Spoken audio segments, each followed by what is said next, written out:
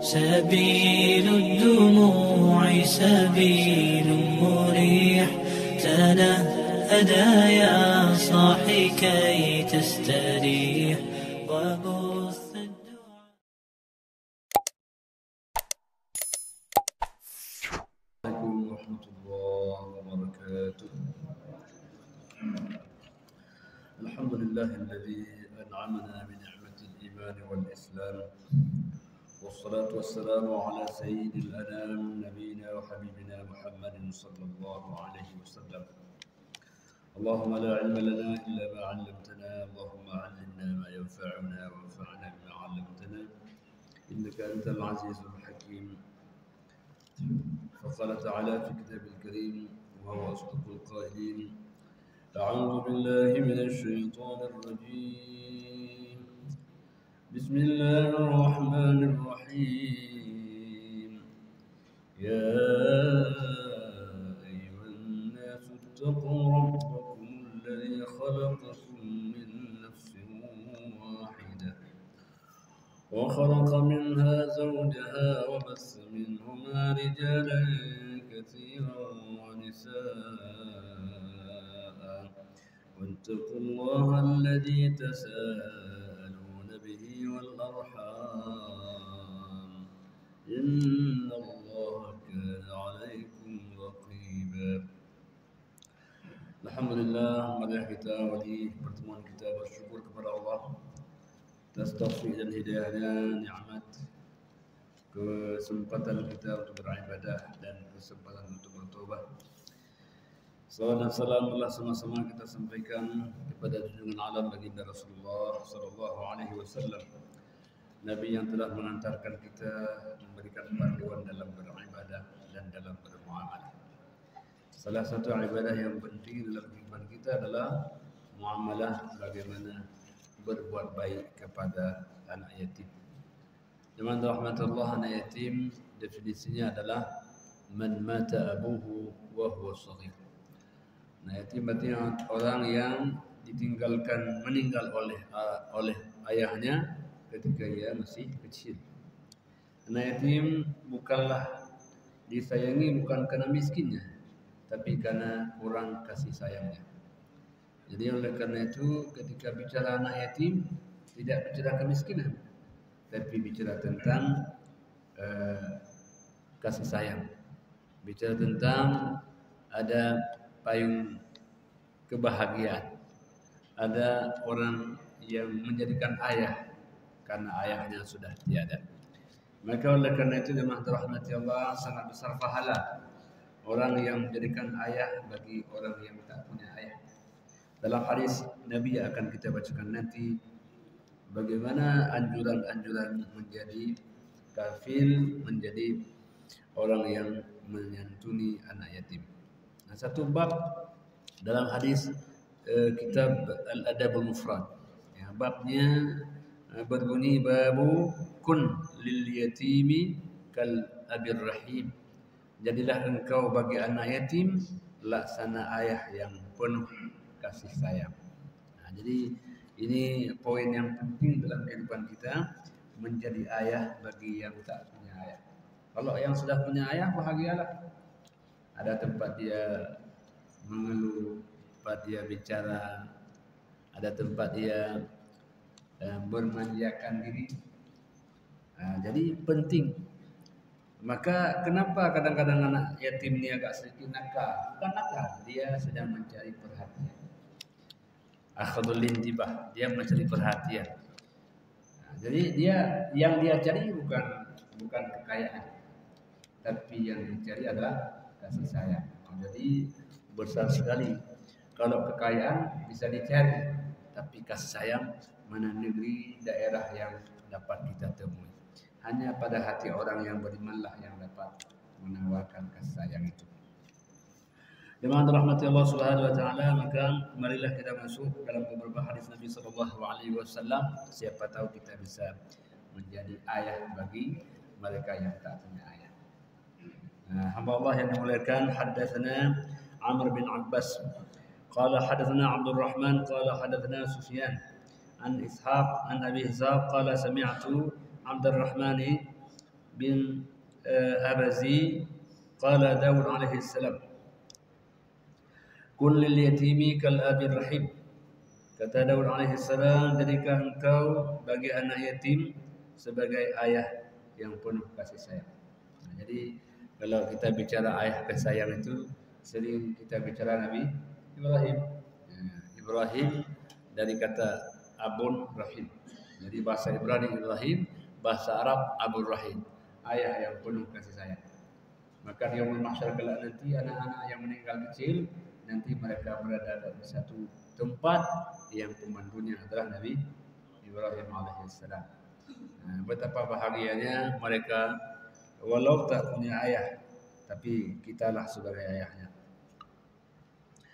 Dengan rahmatullah wa'alam annaka kama tazra' tahsud. Ketahuilah bahwa engkau bagaimana engkau menanam, demikianlah engkau akan memanen.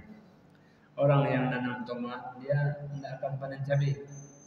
Kalau nanam tomat mesti tomat yang kita panen. Kalau nanam padi mesti padi yang kita panen. Kalau kita nanam kebaikan, pahala pula yang akan kita petik. Kama tazra' tahsud. Apa yang kau tanam itulah yang kau panen. Kalau panennya tidak berhasil, jangan salahkan orang. Mungkin kita tak pakai pupuk. Jadi ini maknanya bahwa betapa penting kita memperbaiki tanaman kita agar hari kiamat kelak nanti kita termasuk orang yang petani yang sukses dalam surga Allah Subhanahu wa taala. Jangan salahkan orang, salahkan diri sendiri. Allah yang dimuliakan Allah Subhanahu wa taala. Kemudian kata Daud alaihi salam, la aqda'u al-faqra ba'da al-ghina. Betapa buruknya kefakiran setelah ada kekayaan. Orang hidupnya mewah dan segala, habis itu datang kefakiran. Betapa sengsaranya dia. Tak biasa hidup dalam kefakiran, kemudian dari kekayaan jadi kefakiran. Ma'aqbah, alangkah buruknya dia keadaan seperti itu, apalagi dia tak punya modal iman dalam hidupnya. Ada stres dan sebagainya. Dengan rahmatullah wa akthar min dalik, lebih dari itu, lebih buruk dari itu apa? Ad-dalalatu wa aqbahu min dalik ad-dalalatu ba'da al-huda. Betapa buruknya orang dia menuai kesesatan setelah mendapatkan hidayah. Dulu rajin ibadahnya, orang taat, adanya saleh baik pula. Sekarang berubah dari saleh menjadi salah.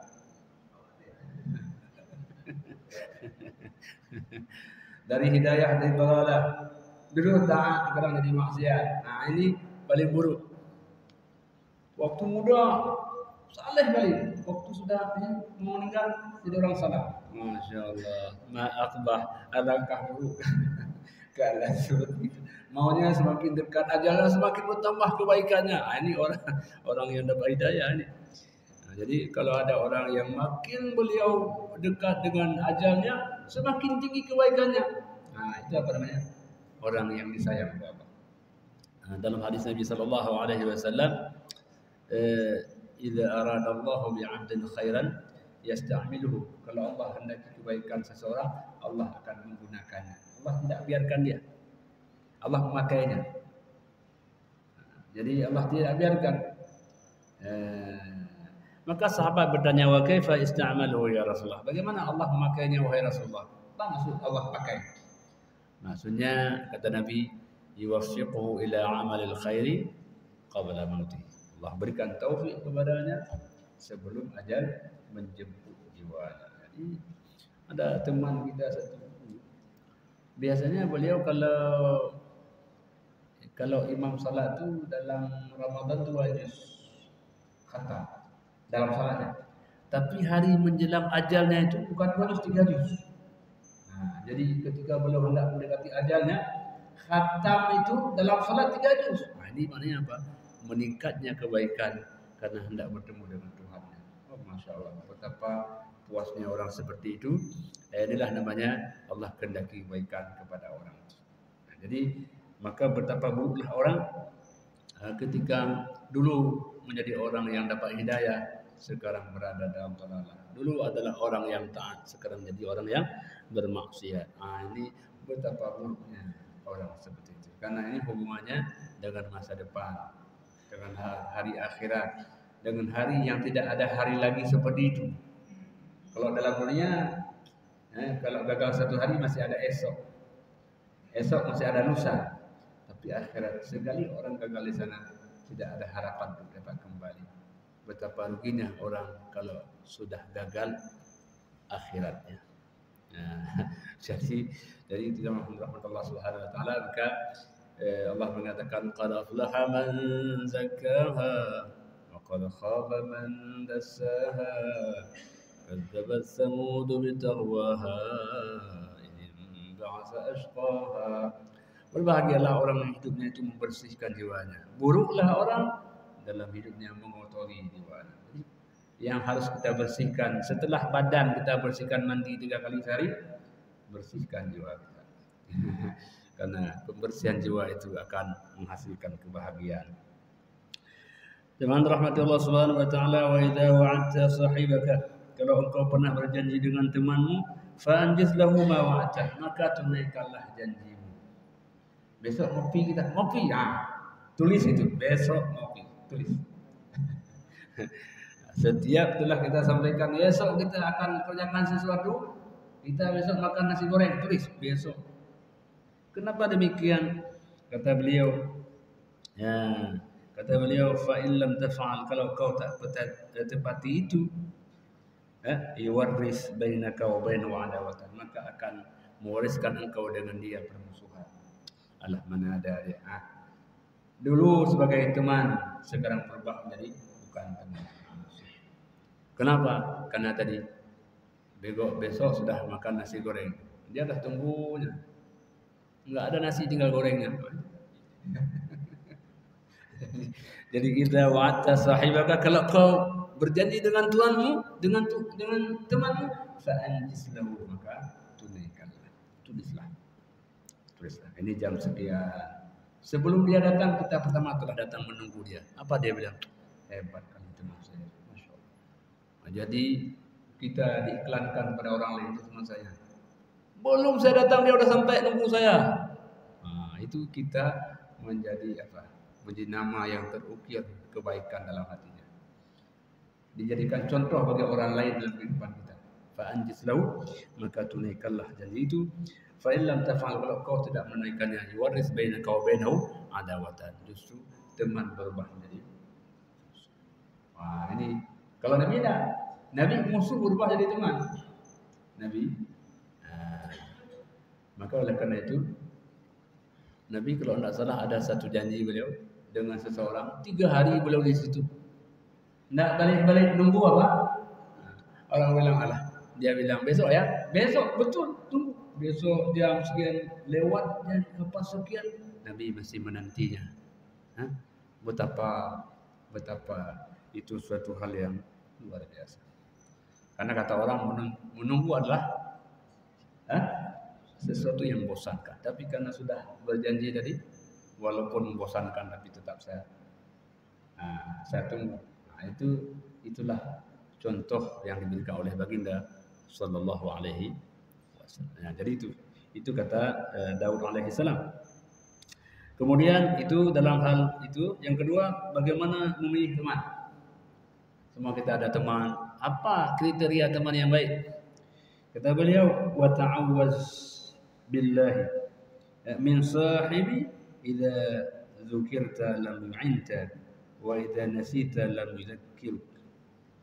Dan berlindunglah kepada Allah agar tidak mendapatkan teman yang kita berlindung apa? Teman bila disebut nama kita tidak pernah dia membantu kita. Ini nanti jangan lupa sholat jamaah ya. Ini ingati teman kita. Jangan lupa nanti ada pengajian ya. Diingati. Ini teman mantap tuh. Nanti malam tuh ada pengajian lah. Hadirlah. Itu teman yang mantap. Teman yang paling baik, teman yang membuat engkau menangis. Jadi sadiquka man abkaka la man adhakaka. Teman yang membuat engkau menangis. Apa? Ketika kita menangis, ada dia di samping, enggak usah nangis. Perlu apa kamu? Sama saya ada. Masya Allah, itu teman yang luar biasa. La man adhakaka, bukan teman datang ketika kita ketawa. Ketika kaya kita banyak teman, tapi ketika kita menderita tak ada satupun yang menemani. Itu bukan teman. Teman yang sebenarnya, teman yang mendampingi kita lebih banyak di waktu duka ketimbang di waktu ceria. Karena waktu itulah kita butuh yang mendampingi, yang dan sebagainya. Jemaah rahmatullah, kata Daud alaihi salam, berlindung pada Allah dari teman bila disebut namamu dia tidak akan membantumu dalam ibadah, dalam amalmu. Wa idza nasita, kalau engkau lupa, lam yudzakiru, dia tak akan memberikan ingat kepadamu. Jangan lupa salat itu. Jangan lupa akhirat itu. Jangan lupa berbuat baik itu. Jadi itu teman yang baik, teman yang ingatkan kita. Diingatkan. Jadi oleh karena itu, kenapa diingatkan? Karena manusia cenderung lupa. Jadi sifat manusia itu lupa. Lebih dari itu, manusia juga melupakan. Lupa, kadang-kadang melupakan. Dia ingat orang tuanya, ingat tapi dia hilangkan ingatan. Orang tua ada, tapi walaupun ada, seanggap tidak ada lah. Dia anggap orang tuanya ada, apa? Ada. Pak itu kita, itu ada, tapi dianggap tidak ada. Kita ingatkan, tak boleh seperti itu. Karena orang tuamu lewat rahimnya Allah hadirkan engkau. Setelah kau berbakti kepada Allah, bakti orang tua menjadi hal yang sangat menentukan hidup. Kita ingatkan. Jadi oleh karena itu, itulah teman yang baik. Teman yang baik. Kita bukan tidak tahu, tapi disegarkan kembali ingatan kita. Tahu kalau azan itu kita diajak untuk salat, tahu, tapi ada orang ingatkan, menyegarkan kembali. Oh ya, masya Allah, saya kok lalai ya. Jemaah rahmatullah subhanahu wa ta'ala, itu poin bagaimana cara kita dengan anak yatim, apa yang kita tanam dalam dunia ini, dan panen apa yang akan kita raih di yaumul mahsyar kelak nanti. Bagaimana orang yang awal dapat hidayah kemudian berakhir dengan dhalalah, berakhir dengan su'ul khatimah. Bagaimana kita berjanji dengan teman kita, dan siapakah teman yang terbaik mendampingi hidup kita. Dan teman rahmatullah, teman itu sesuatu yang sangat kita butuhkan. Orang kalau minum kopi sendiri itu tidak enak, tapi teman adalah pendamping yang enak. Enak nasi bukan lauknya, enak nasi karena ada teman yang menemaninya. Ceritanya itu nasi yang tidak enak berubah jadi enak. Jadi teman adalah lauk terbaik kalau kita tak punya lauk. Jemaah rahmati Allah subhanahu wa ta'ala, itu poin yang pertama. Poin yang kedua adalah tentang anak yatim. Tentang anak yatim. Haddatsana Musa qala haddatsana Salam bin Abi Muti' an Asma binti Ubaid qala qultu li Ibnu Sirin. Saya, kata Asma binti Ubaid, saya mengatakan kepada Ibnu Sirin, kata beliau, indi yatimun, saya punya anak yatim. Apa yang harus saya perbuat? Kalau ada anak yatim di rumah, apa yang harus saya berbuat? Maka kata Ibnu Sirin, isna ma tasna bi waladika, berlakulah kepada dia sebagaimana engkau perbuat untuk anakmu. Kalau anakmu kau berikan jajan, jadikan kepada dia. Kalau anakmu kau berikan baju yang baru, jangan lupa ia sebagai anak. Jadikan ia anakmu, seakan-akan anakmu. Kalau anak kita berikan, wajar. Anak kita masa anda beri, tapi orang yang berikan kepada anak yatim, itu sesuatu yang tidak biasa. Ini orang yang luar biasa. Jadi apa yang dipakai oleh anaknya, itu yang dipakai sama anak yatim. Apa yang dimakan oleh anaknya, itu yang dimakan oleh anak yatim.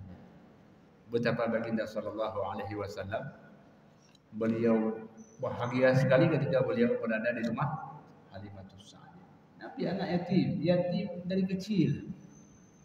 Yatim dari kecil. Malah dalam kandungan, yatim dalam kandung. Belum beliau lahir, yatimnya sudah menjadi titel kehadiran beliau dalam dunia ini. Ya, maka dalam Al-Quran itu kisah diabadikan oleh Allah. Alam yajidka yatiman fa'awa wa wajadaka dhallan fahada wa wajadaka 'ailan fa'aghna فأما اليتيم فلا تقهر وأما السائل فلا تنهر وأما بنعمة ربك فحدث. Pendidikan yang paling baik, pendidikan merasakan. Bagaimana cara didik anak yatim?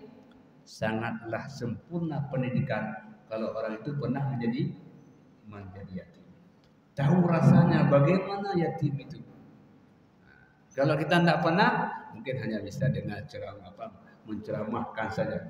Tapi kita secara kehidupan nyata belum pernah merasakan. Tapi Nabi merasakannya. Wahai Muhammad, bukankah kami mendapatkanmu dalam keadaan yatim? Kami berikan perlindungan kepada Allah, berikan kepadanya bimbingan. Ya. Ada Halimatus Sa'diyah. Yang Halimatus Sa'diyah lebih sayang kepada Muhammad sallallahu alaihi wasallam ketimbang anak. Bayangkan. Lebih sayang kepada Rasulullah. Lebih sayang. Kenapa? Itulah Allah titipkan rasa cinta dalam hati Halimatus Sa'diyah kepada baginda sallallahu alaihi wasallam. Demikian sayangnya oleh kakeknya, oleh pamannya. Oh, itu Rasulullah Muhammad tak boleh diganggu. Beliau walaupun tak punya ayah, seakan-akan ada ayah yang mendampinginya. Memang tak lagi punya ayah. Abdullah sudah pergi, tapi walau ayah tak ada, seakan-akan ada ayah yang mendampinginya. Maka Nabi kalau lihat anak yatim, masya Allah, merasakan dirinya. Beliau datang usapkan kepalanya, maukah kamu jadikan aku sebagai ayahmu? Aisyah sebagai ibumu, Fatimah sebagai saudarimu. Betapa senangnya anak yatim. Kalau sudah bertemu dengan Nabi Sallallahu Alaihi Wasallam, seakan-akan itulah ayah. Itulah ayah. Maka dalam hadis-hadis yang lalu Nabi mengatakan, ana wa kafil yatimi kahataini fil jannah. Saya dengan pengasuh anak yatim nanti seperti ini dalam surga. Ini Nabi, ini dia. Amal apa yang bisa mendekatkan kita dengan Nabi seperti ini? Itulah kafalatul yatim. Menjadi orang yang mengasuh anak yatim. Kenapa? Anak masih kecil, perlu kesabaran, ada nakalnya sedikit, ya kan? Di rumah yang paling baik ada anak yatim yang dia asuhkan dengan baik anak. Sebaliknya rumah yang paling buruk ada anak yatim yang dia sakiti anak yatim itu. Jadi dia adalah seperti pedang bermata dua, bisa kepada kebaikan, bisa kepada kejahatan. Ini oleh karena itu jemaah rahmati Allah, inilah kelebihan ada anak yatim di rumah kita. Kemudian idribhu ma tadribu waladak. Pukullah dia, sebagaimana engkau pukul anak. Maksudnya apa? Kalau kau ingin dia berbuat baik, kan anak kita ini sikit untuk apa? Agar dia mau salat, boleh. Tapi tadi bimbingannya adalah untuk mengarahkannya kepada menjadi anak yang baik, tidak untuk menyakiti, tapi hanya sekadar untuk memberikan bimbingan, arahan agar dia masa depannya lebih cerah. Kita senang melihatnya nanti sukses. Ketika kita sudah tua, anak yatim ini sudah tidak lagi yatim, tapi menjadi orang-orang yang sukses. Maka dalam biografinya dia tulis, saya punya ayah angkat. Dia tulis nama kita dengan tinta emas, yang setiap kali dia disebut sukses, nama kita bersama kesuksesannya. Masya Allah. Kalau orang bilang kamu sukses, ya tapi saya tak bisa lupa saya kepada fulan. Dia setiap kita sebut sukses dia mesti kepada ayah angkatnya, tak bisa dia lupakan. Itulah faedah orang yang bisa membantu kesuksesan anak yatim. Tapi kalau kita nggak mau repot-repot, ya sudah. Ya, memang dunia ini ya orang yang sukses harus lebih rajin. Hamba Allah yang dimuliakan Allah Subhanahu wa taala. Ya, ini kita pindah lagi kepada bagaimana fadilah menjaga anak yatim. Babu fadlu al-mar'ati. Fadilah seorang wanita perempuan, ya, seorang ibu idza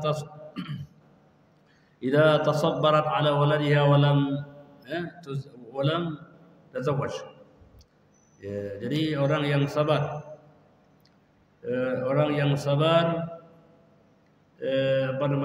untuk mendidik anaknya dia didik, ya kan, sehingga kemudian dia malah tidak kawin, meninggal suaminya, dia tidak kawin, tapi dia ingin membesarkan anaknya. Kawin bagus, tapi ini mungkin kalau kawin mungkin dia repot nanti dengan suami yang baru, kan gitu. Sudahlah, saya ingin membesarkan anak. Tidak ada salah orang kawin, tapi ada ibu-ibu ya, kadang sudahlah saya ingin membesarkan anak, umur pun sudah sekian. Nah, ini apa fadilahnya? Apa fadilah kelebihannya? Hadatsana Abu Asim bin Nahas bin Qaham an Shaddad Abi Amr an Auf bin Malik an Nabi sallallahu alaihi wasallam qala, baginda sallallahu alaihi wasallam bersabda, qala ana wa imra'atun sufahaul khaddain. Saya bersama perempuan yang ada bintik-bintik hitam di dahinya, di khaddain pipi, di pipinya itu. Saya bersama perempuan yang ada bintik-bintik hitam di pipinya. Tidak sempat dia memoles dirinya, sibuk dengan pekerjaannya. Jadi dia tidak sempat untuk untuk mempercantikkan diri, kan, perawatan diri, apa istilah sekarang? Facial. Ya, memang kita harus paham ya. Jadi Nabi bilang sama perempuan yang bintik-bintik pada pipinya, ya, imratun amat min zawjiha. Ada perempuan yang dia menjadi janda karena meninggal suaminya. Meninggal suaminya berarti anaknya menjadi anak yatim. Kalau masih kecil-kecil jadi anak yatim. Jadi suami sudah meninggal, tinggallah anak. Tapi ini ibu tak mau anaknya tersia-siakan. Nah, amat min zawjiha.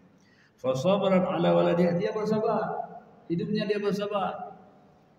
Mencari makan, bekerja dan sebagainya, sampai pipinya hitam pun. Kalau ada uang sudah, dia tak fikir bagaimana kecantikan wajahnya. Dia lebih mementingkan kecantikan anaknya, kecantikan batin anaknya. Itu yang terpikirkan dalam hidupnya, terbayang-bayang kesuksesan anaknya, sehingga dia lupa akan hajat dirinya karena dalam dirinya ada anaknya. Nah, ini yang luar biasa. Kita kalau makan sesuatu kan ingat juga pada anak, tapi kadang-kadang ini kita makan sesuatu enak kan, kita ingat anaknya, tapi kadang-kadang. Tapi ibu kalau makan tuh, dia seakan-akan makan itu belum terasa. Kalau belum ada sisa makan, dia taruh sedikit, dia gulung-gulung, dia masukkan. Untuk apa, Bu? Anak saya. Mungkin kita merasakan itu ya, ibu-ibu kita waktu pulang, apa nih mak? Mama tadi makan enak, cuma mak nggak habis makan, tinggal untuk kamu masukin. Masya Allah, kita teteskan air mata karena dalam jiwa mamanya ada kita di sana. Nah, jadi jemaah dirahmati Allah, maka doa ibu itu sepanjang jalan, manapun kita berada, tak bisa dia lupakan anaknya. Bagi seorang ibu, anaknya itu yang paling cantik, anak yang paling ganteng, yang paling pandai, segala-gala ada pada seorang anak. Harusnya anak pun tidak boleh sekali melupakan ibunya, sebagaimana tak lupa kepada ayahnya. Jemaah rahmatullah subhanahu wa ta'ala, fa sabarat ala waladiha. Ini ibu ini dia bersabar hidupnya, dia tumpahkan semuanya untuk kemaslahatan anaknya. Nanti saya, kata Rasulullah, dengan orang itu kahataini fil jannah, seperti ini di dalam surga kelak nanti. Begitu. Ya, orang yang bersabar membesarkan anak yatim. Biar apakah anak yatim dia yang punya atau anak yatim orang lain yang dia besarkan. Jadi jemaah rahmatullah subhanahu wa ta'ala, jadi kalau demikian seakan-akan tidak ada anak yatim. Memang ada anak yatim secara harfiah, tapi secara ma'nawiyah kita sudah menjadi ayah-ayah mereka. Jadi secara harfiah dia betul sudah meninggal ayahnya, tapi secara makna posisi ayahnya digantikan oleh kita untuk menghadirkan dia anak yang sukses di masa depan. Jadi oleh karena itu jemaah rahmatullah, inilah tanggung jawab sosial kita sebagai hamba Allah. Allah takdirkan dia meninggal ayahnya agar Allah mencoba kita sejauh mana kepekaan kita kepada mereka yang ditinggalkan oleh. Kan bisa saja Allah hidupkan kembali ayahnya, bisa kan? Bisa saja. Atau Allah tak meninggalkan ayah, bisa. Tapi yatimnya mereka ujian untuk kita. Dan kita ujian untuk mereka. Jadi itulah jemaah rahmati Allah, kita diuji dengan anak yatim, kita diuji dengan anak kita, diuji dengan istri kita, diuji dengan suami kita. Ada orang berhasil pada satu ujian, tapi gagal pada ujian yang lain. Mungkin sukses dalam ujian salatnya, tapi gagal ujian zakatnya. Mungkin sukses ujian zakatnya, gagal ujian dengan anak yatimnya. Kita lembaran-lembaran ujian itu tidak satu, dia banyak mata pelajaran dalam hidup ini. Jangan kalau sudah selesai satu, sudah tutup buku, masih ada, awal duduk masih ada. Ikutilah petunjuk untuk melaksanakan ujian mata pelajaran yang lain. Inilah hidup kita adalah ujian. Sejak kita lahir sampai kita meninggal, kita berada dalam ruang ujian yang luasnya seluas langit dan bumi. Ini ujian kita besar ruangnya. Allah yang dimuliakan oleh Allah Subhanahu wa taala. Ini poin yang penting dalam hidup kita, karena hidup kita tidak sendirian, hidup kita didampingi oleh orang lain. Ada hubungan kerabat, hubungan nasab, ada hubungan susuan, ada hubungan kekerabatan, ada hubungan macam-macam. Jadi hidup kita tidak bisa sendirian. Orang yang paling baik, orang yang saleh dalam kehidupannya dan juga dirasakan kesalehannya oleh orang lain. Baik kali ya kalau bapak itu ya. Itu baru dianggap di checklist. Ini orang baik. Jemaah rahmatullah subhanahu wa ta'ala, babu adabu al-yatim, bab etika terhadap anak yatim. Ini bab bagaimana kita mampu menghargai anak yatim. Hadatsana Muslim qala hadatsana Syu'bah an Shumaisah al-Atakiyah qalat dzukira adabul yatim 'inda Aisyah radhiyallahu anha. Suatu hari disebut apa sih adab dengan anak yatim itu, disebut di samping Sayyidah Aisyah. Apa sih makna kita harus beretika kepada anak yatim itu? Faqalat, maka beliau mengatakan, etika itu inni la adribul yatima hatta yamsil. Saya memukul anak yatim ini sehingga dia lurus dalam akhlaknya, budi pekertinya. Itu termasuk. Kalau dia tak baik, kita luruskan agar dia menjadi orang yang baik di masa yang akan datang. Jadi bukan memanjakan pula, kita memanjakan sesuatu yang tidak baik, maka kita sudah membiarkan ketidakbaikan pada dia. Jadi itu maknanya. Selalu kita inginkan kebaikan kepada orang yang kita didik. Guru yang paling baik, guru yang memperhatikan anak-anak. Jangan minum sambil berdiri, baca doa ya. Ditegurnya kita. Kenapa tegurnya kita? Karena dia sayang sama kita. Sayang sama kita. Maka guru itu adalah orang tua setelah orang tua yang sebenarnya. Karena tugas guru itu sebenarnya tugas orang tua. Tugas orang tua. Tetapi Guru sudah mengambil tugas orang tuanya, maka guru itu adalah orang tua. Setelah orang tua yang di rumah, beliaulah orang tua setelahnya. Jadi oleh karena itu rahmatullah, betapa orang tua kita banyak. Ada orang tua kandung kita, ada ayah angkat kita, mama angkat kita, ada guru-guru kita. Mereka semua berjasa untuk membesarkan kita, membesarkan badan, membesarkan akal, membesarkan pengetahuan. Masih ingat kita belum bisa membaca dulu? Dulu kita tanya, Pak, B itu perutnya kemana? Masih ingat kita dulu? Perut B. Kita kan dulu waktu kecil B dengan D kan berbalik-balik. Yang B D, yang D kan. Pak, kalau perut B itulah dulu. Tapi sekarang Masya Allah kita sudah sedemikian Pak. Jasa mereka tak akan terlupakan. Walau kita lupa, Allah tak akan lupa menulis jasa-jasa mereka. Nah, maka oleh karena itu, sejauh manapun kita sudah pergi, guru kita dari SD dulu, tak boleh kita lupakan. Karena jasa mereka, jasa yang tak terharga nilainya. Karena begitu besar harganya, maka kita tak bisa berikan harga berapa. Tidak terharga. Tak terharga. Jemaah rahmatullah subhanahu wa ta'ala, babu fadli man mata lahu al-walad. Bab karunia fadilah yang Allah berikan orang yang meninggal anaknya.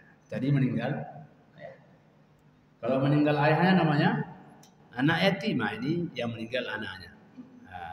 Meninggal anaknya. Jemaah rahmatullah, hadatsana Ismail wa qala hadatsani Malik an Ibn Shihab an Ibni المسيب عن أبي هريرة رضي الله عنه أن رسول الله صلى الله عليه وسلم يقول قال kata Abu Hurairah, baginda sallallahu alaihi wasallam bersabda, apa sabda beliau, la yamutu bi ahadin minal muslimina thalathatu minal walad, tidaklah ada satu orang muslimin yang meninggal darinya itu 3 orang anak, fatamasahun nar, dia masuk neraka, illa tahullul qasam, kecuali sekejap saja. Memang mungkin dia banyak dosanya, tapi masuk dia langsung. Apa maksud tahil qasam? Wa in kuntum illa wariduha. Kan ada ayat itu. Tidaklah kalian kecuali melewati neraka itu. Bagaimana lewat neraka itu? Semua orang yang masuk surga lewat jembatan neraka. Mesti lewat. Jadi orang yang meninggal anaknya, walaupun bagaimana dia neraka, tapi nerakanya seperti orang lewat saja, kemudian seberangnya sudah masuk dalam surga. Apa syaratnya? Syaratnya fayahtasib, ridha dia, memang tetesan air mata, tapi dalam hati, ya Allah, aku ridha atas ketentuanmu ya Allah. Nah, ini tentu mudah diucapkan, tapi tidak mudah diamalkan. Nah, kalau kita ucapkan mudah sekali, ya, tetapi waktu itu orang yang merasakannya itu tidak mudah sebenarnya. Nah, karena tidak mudah itulah, maka fadilahnya juga luar biasa. Sejauh mana kita menggapai sesuatu dengan susah payah, maka balasannya juga seimbang dengan susah payah kita. Ya, kata orang easy come easy go, cepat dapat cepat pula hilang. Kalau orang bekerja dengan tetesan keringat dapat uang, beda enggak dengan kasih uang oleh orang lain? Kita bekerja dapat 20.000, dikasih 20.000 oleh orang, sama enggak? Nah, keringat yang kita keluarkan bekerja itu jauh lebih nikmat rasanya. Maka oleh karena itu, orang yang meneteskan keringat dalam berusaha itu akan beda rasanya. Walaupun orang lain memberikan dengan angka yang sama, tapi yakinlah bahwa kenikmatan itu beda. Kalau kita masak, ya, memang keringat luar biasa, kan goreng itu kita makan, puas. Kita beli puas juga, tapi beda rasanya. Beda. Nah, jemaah rahmatullah itulah, orang kata Nabi yang meninggal anaknya 3.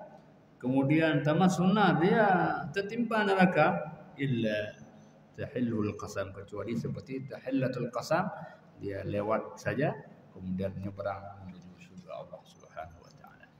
Karena jangan dirahmati Allah, keselamatan manusia itu adalah faman zuhziha 'anil nari wa udkhilal jannata faqad faz wa mal hayatud dunya illa mata'ul ghurur. Jadi apa makna selamat?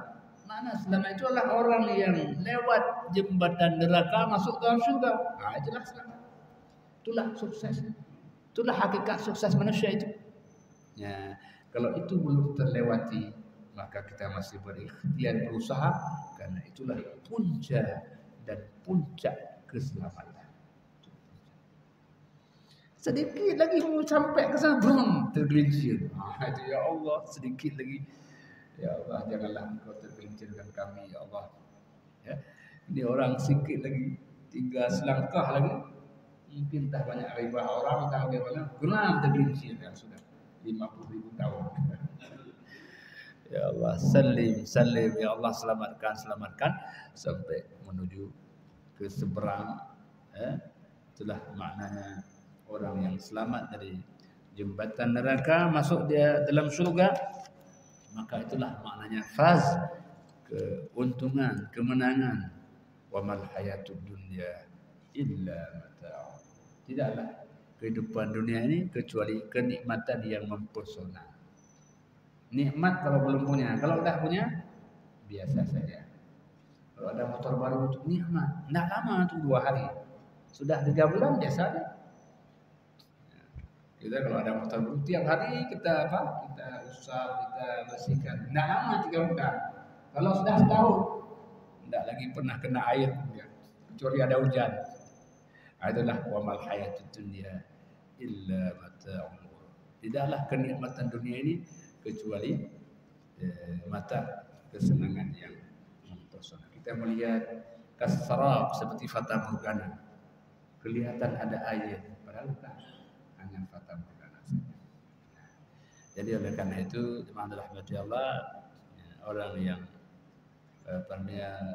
dia menyadari hal itu, maka dia cari kesenangan hakiki, ya, kesenangan abadi, kesenangan yang mala 'ainun ra'at wala udhunun sam'at wala khatara fi qalbil bashar. Itu hamba Allah yang dimuliakan oleh Allah Subhanahu wa taala. Hadis berikutnya ini adalah hadis tentang seorang perempuan. Jadi insyaallah hadis seorang perempuan ini kita akan kisahkan pada kesempatan yang lain. Insyaallah setiap hadis-hadis Nabi ini yang kita bacakan seakan Nabi sedang menjelaskan kepada kita. Kita rasakan Nabi hadir menjelaskan itu, walaupun beliau tak pernah bertemu tatap muka, tapi ucapan beliau tetap mengalir dalam relung kehidupan kita. Terima kasih, hanya kepada Allah kita akan kembali. Hadanallahu wa iyyakum ajma'in. Wassalamualaikum warahmatullahi wabarakatuh.